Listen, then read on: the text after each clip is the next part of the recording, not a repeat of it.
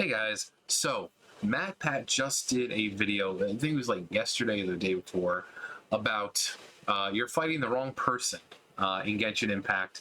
And he brought us some points, and this is something I've kind of thought for a while. So basically, you have the Saritsa, who we know she is controlling the Fatui.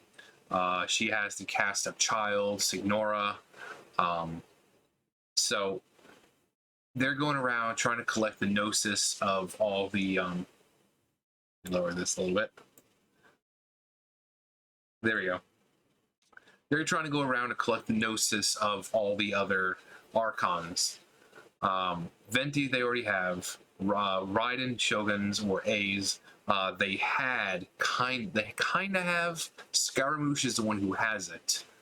Zhongli gave up his willingly, although A also gave hers up willingly. So the Gnosis is a sort of form of power for them, but I mean, these people are already powerful. Like, let's put it this way. Venti had his taken away, right? Venti, unlike the rest, where they're kind of like chosen, Venti is already an elemental being. He's an animo spirit. He's just taken the form of a human, of the friend that he had that died. The vision that he has with him, that's fake. That's a fake. He doesn't need a vision because he's already an animo spirit.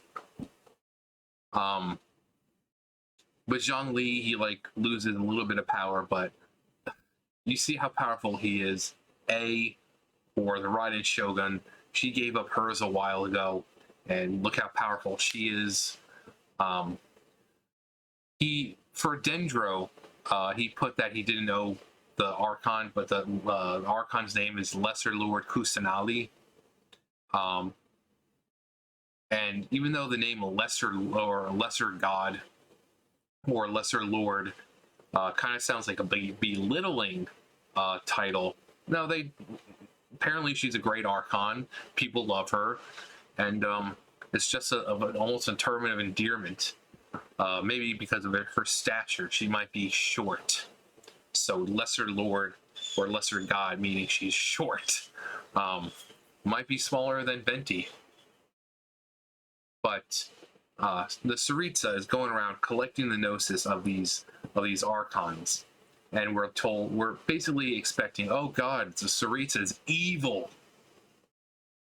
But are they really? So remember, he brought up the contract in which Zhongli and the Saritsa had. So if you guys remember to the Archon quest, Zhongli said that he gathered the cast of Child, Signora, and to battle on the grand stage that was Liyue. And he basically wanted to see if the people of the city and that country were able to, move on and progress without an Archon, because he was tired of it. He just wanted to relax. 6,000 years old. He wants time to just. So he put up the whole Osile thing, and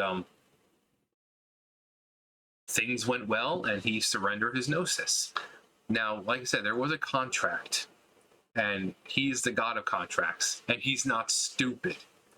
He wouldn't put his country and the place he loves in danger like that. He can tell a lie. He can, if someone's lying to him, he can tell. So he's not going to just say, oh yeah, she plans on doing bad things with this. Yeah, I'm just going to hand over my Gnosis. I think the contract was more along the line of him and the Saritsa made a contract together. Basically, if after all was said and done, if he had to step in and use his divine power to bring order back, he would have to keep his Gnosis, because it would prove that Liyue was not ready to move into the age of human or man, and that was still the age of the Archon. Obviously, that didn't happen. So that was what I think the pretense was, should I have to step in, all that? I have to retain my Gnosis. But if everything goes smoothly, like I think it should, I will more than happily surrender my Gnosis to you. Although I kind of wonder what he was, what would have the, it's like, well, if I have to remain Archon, there might have been some stipulation of giving up the Gnosis afterwards, of when he would no longer need it. But he surrendered it willingly. Like I said, he's not gonna put his people in danger. So the Saritsa's going around collecting these. The only one she took by force was Venti.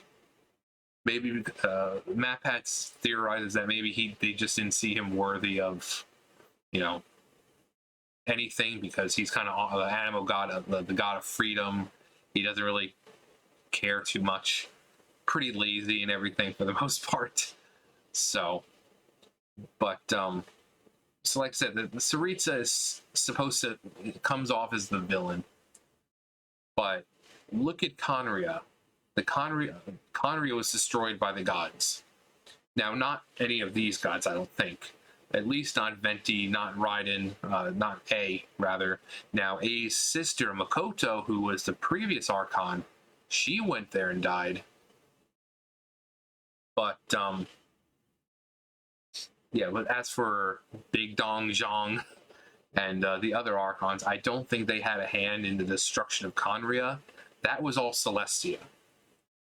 So I think the big bad here is actually the sustainer of heavenly principles, the one that we meet in the very beginning, the one who takes our sister or brother, depending on which character you pick. It's essentially the Saritsa, and like I said, I was singing this for a while. The Saritsa is essentially trying to gather the necessary power and force to take down Celestia. Celestia apparently is not a good place. You know, you have a stadium, like a Roman Colosseum type thing, where people fight for the amusement of others. You have the Gnosis that kind of keeps the gods connected to Celestia, and it erodes their personality over time. Celestia is not a good place.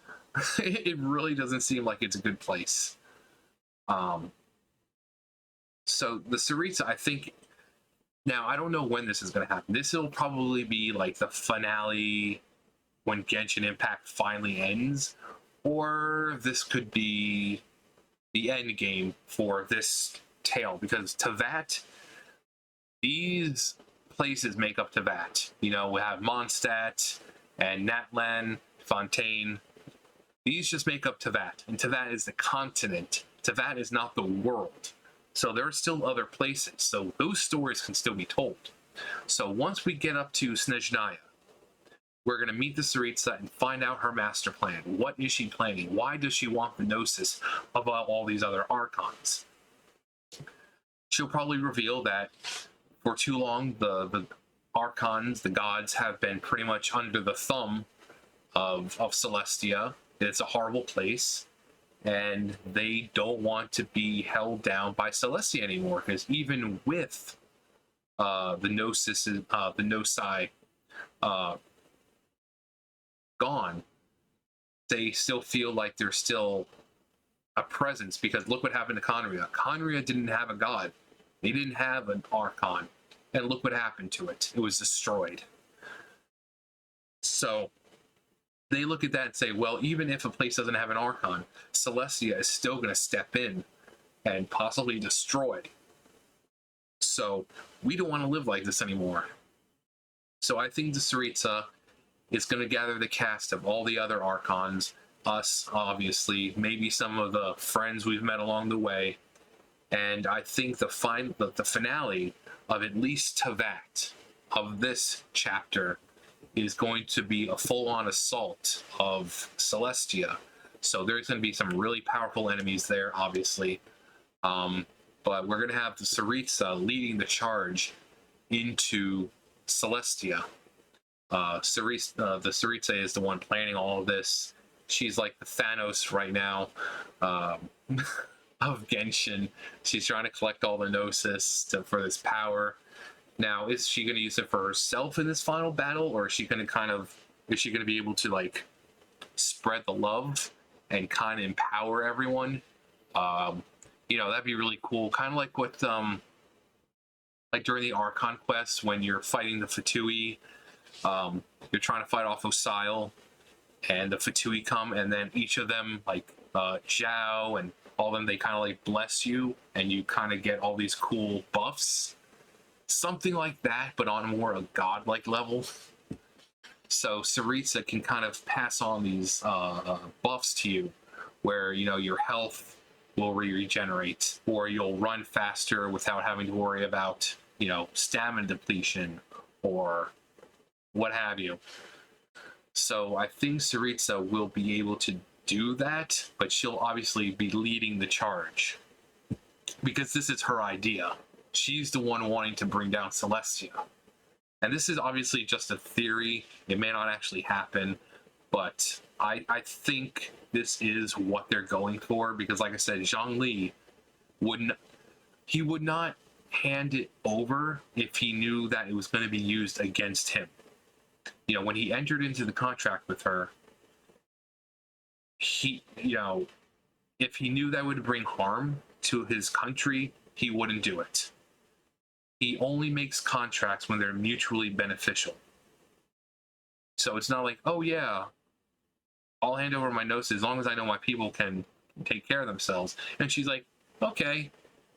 But then she turns around and stabs him in the back by attacking. Now, I don't think... I mean, we've seen the Fatui, and when you really think about it, they're not evil. I mean, they are bad guys, but, look at Child. When we see some of them personally, like there's the the Cryo one during one of the quests. He's out there fucking picking berries, just being innocent, and we attack him for no fucking reason because we thought he was suspicious. He's like, no, I'm just out here picking berries. I'm sorry, I didn't. Just a mix-up right now. So yeah, the Fatui are the bad guys, but they're not the true bad guys. They're being bad right now. It looks like for a reason. It's not like the Abyss Order where they're being bad to be bad. Although, thinking of that, so maybe the Fatui and the Abyss Order aren't really the bad guys. Maybe they're both working towards bringing down Celestia. That would really be a twist, that the two people, the two orders, the groups we're fighting are actually our allies. They're just going about it in a different way. Because I think ultimately Celestia and this sustainer of heavenly principles, I think they truly are the villains. Nothing good seems to be coming from Celestia. Zhongli says that his personality over time has been eroded with his connection there. That's why he decided to give it up.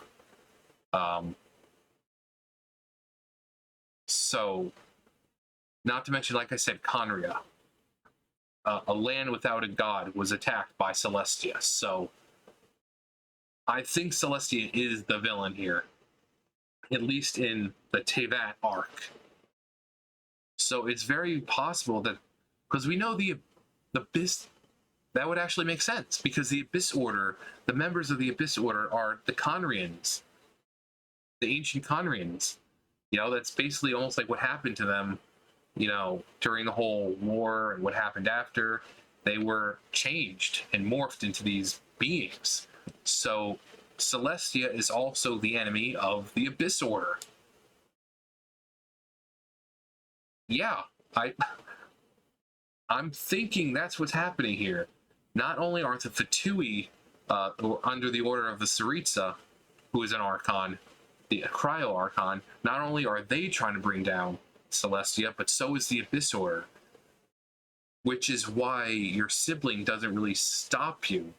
They basically just say, when you reach the, you'll know what I mean when you reach the end of your journey, which is Conria. You see that the good guys are actually the bad guys, and the people you've been fighting against are actually the good ones. They're just going about in their way because it has to be done. Huh. I just blew my own mind. But yeah, that's pretty much what he's saying, is that the Saritsa is not as bad as they're making it seem. You know, going around collecting the Gnosis and having the Fatui, this is just her way of getting it done. You know, and they have the, what are they, delusions that they can use and access. But that's just to give them enough power to get things done. But I think we're all working toward a common goal here, and it's to take down Celestia, because Celestia seems to be a terrible place. So we might learn more when it comes to Lesser Lord Kanali and whoever the Hydro Archon is. We still got Murata from Natlan. So we still got Natlan, Fontaine, and Sumeru, which Sumeru is coming out soon. Maybe they can give a little more insight. I'm sure the Saritsa will have her hand there as well, obviously, because she's collecting the Gnosis. But yeah, it is like a Thanos. The Saritsa did nothing wrong. She's just trying to take down Celestia, and she's doing it the only way she knows. You know, through force. You know, she's going to be there. All the Archons are going to be there, which that will be an incredible fucking cutscene if that does happen that way. The Saritsa is going to be leading the charge. We're going to have all the Archons, hopefully, all the friends we've made along the way, you know, the Adepti and this and that, on a full assault upon Celestia to take them down and to reform it, if that's also possible. But basically, get that wiped out and just take it over ourselves. And so that way, gods, you know, when Archons come along and they're chosen, they don't have to worry about themselves being eroded. They don't have to worry about Celestia going and just fucking destroying somewhere. There's also that whole line that the sky is a lie, but maybe that doesn't factor into Celestia. Anyways, yeah, it was a great video, and he said a lot of the things I was already thinking. But I think in the end, it's Saritsa and the Abyss Order. Despite how evil the Abyss Order may seem, like I said, they're ancient Conrians. Their home was destroyed by Celestia. So they have just much of a reason to destroy it than the Saritsa does. You've had the Conrians who were fucked over by Celestia. You have the Conrians who were fucked over. The Archons who were fucked over by Celestia. Celestia is the enemy of the people. So our enemies are actually our allies. But let me know what you guys think. You guys know the drill. I'll see you guys later. Bye, guys.